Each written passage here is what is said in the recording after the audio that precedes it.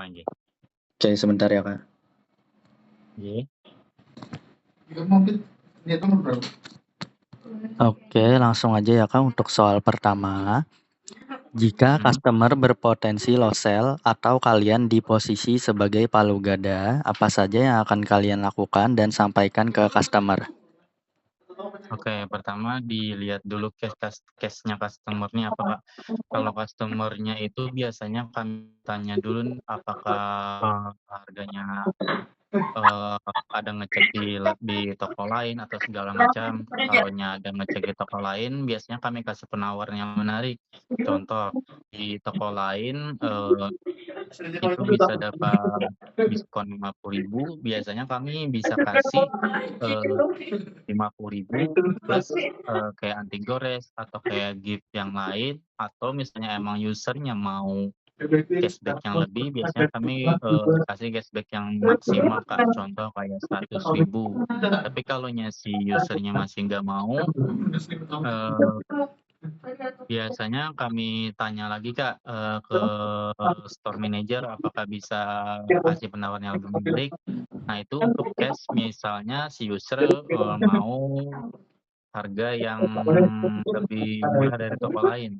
Tapi misalnya cash loss sale-nya ini, contoh kayak barangnya itu stoknya nggak ada di cabang, kami coba cekkan dulu stoknya, sama juga biasanya kami coba indenkan misalnya stoknya di Banjarmasin, itu bisa kami indenkan, Kak. Contoh nih misalnya kayak iPhone 17 ternyata stoknya ada di Banjarmasin aja dan user-nya, mau cepat, biasanya kami indenkan lewat kurir juga, Kak. Kami kasih opsi biar nggak ada, eee, kejadian lost sale atau segala macam. Tapi misalnya barangnya itu nggak ada, di seluruh cabang, biasanya kami cobakan untuk inden dulu, Kak. Oke, kalau misal sudah lost sell gimana, Kak? Nah, kalaunya sudah lost sale biasanya kami, minta kontak user-nya dulu. Setelah minta kontak, kami biasanya langsung FU langsung, Kak. Misalnya nih, contoh kayak user-nya nggak kalau bilang belum kemana-mana atau misalnya udah dari toko lain, kami langsung chat tuh, "Halo Kak, gimana untuk, penawaran kami kalau Kakaknya bisa dapat, harga yang lebih murah atau penawaran lebih murah di toko lain, bisa info ke kami biar kami kasih penawaran yang lebih menarik," gitu biasanya, Kak. Itu menyampaikannya di WhatsApp ya, Kak? Betul, Kak, nggih.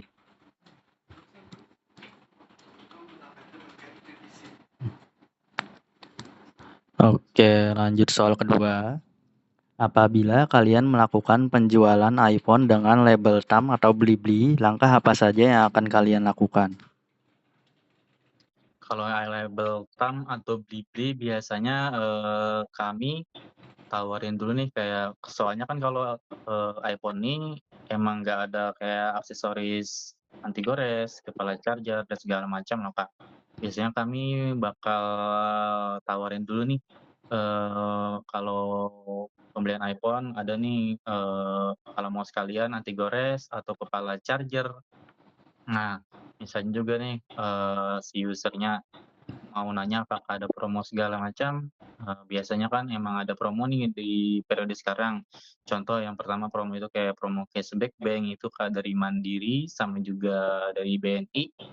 Karena kan dari range harganya iPhone ini itu mencakup, atau memenuhi syarat, kedua, promo cashback itu Kak. Nah, biasanya kami tawarin itu dulu.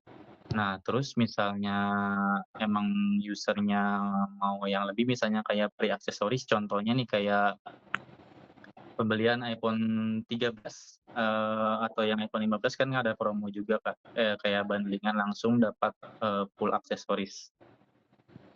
Sama misalnya kalau kayak label TAM atau label Blibli setelah transaksi biasanya kami tuh pengaktifan garansinya, Kak, entah dari TAM atau Blibli.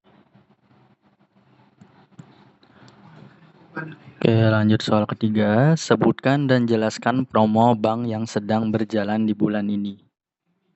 Nah, balik lagi Kak, kayak yang bilang tadi untuk yang berjalan sekarang kan ada yang mandiri sama yang BNI. Kalau yang mandiri itu minimal pembeliannya di 5 juta. Nah, kalau yang BNI itu minimal pembeliannya 3 juta Kak. Oke, dapat diskonnya berapa, Kak, yang mandiri?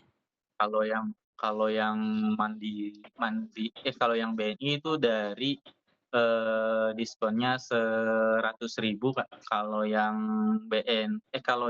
BNI tadi 100.000, kalau yang mandiri itu dari 200.000 Kak, sampai 1 juta, up to 1 juta.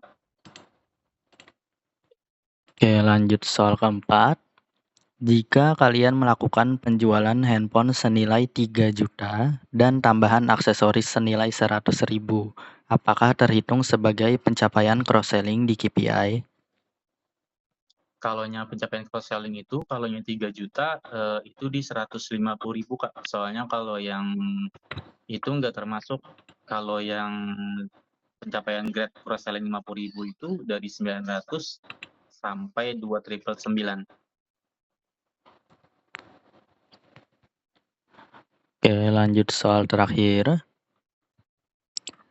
Jika customer membeli handphone senilai 3 juta dan ingin meminta potongan harga, apa yang akan kalian lakukan?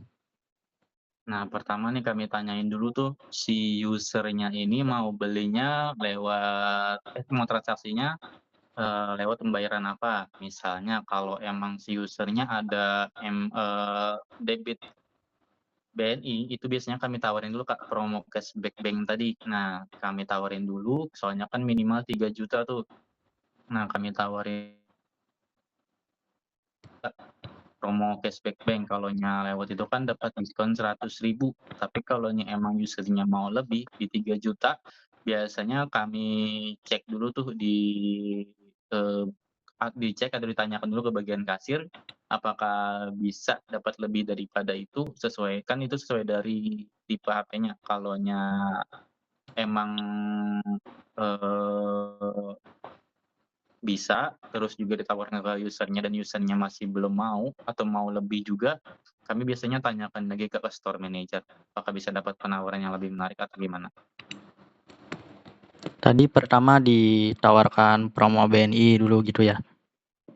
Betul, Kak.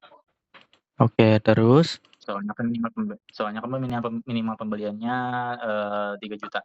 Kalaunya emang si user-nya emang nggak mau dapat diskon 100.000 aja, kami biasanya ngecek dulu atau dinanyakan ke kasir dulu, Kak, apakah bisa lebih atau gimana.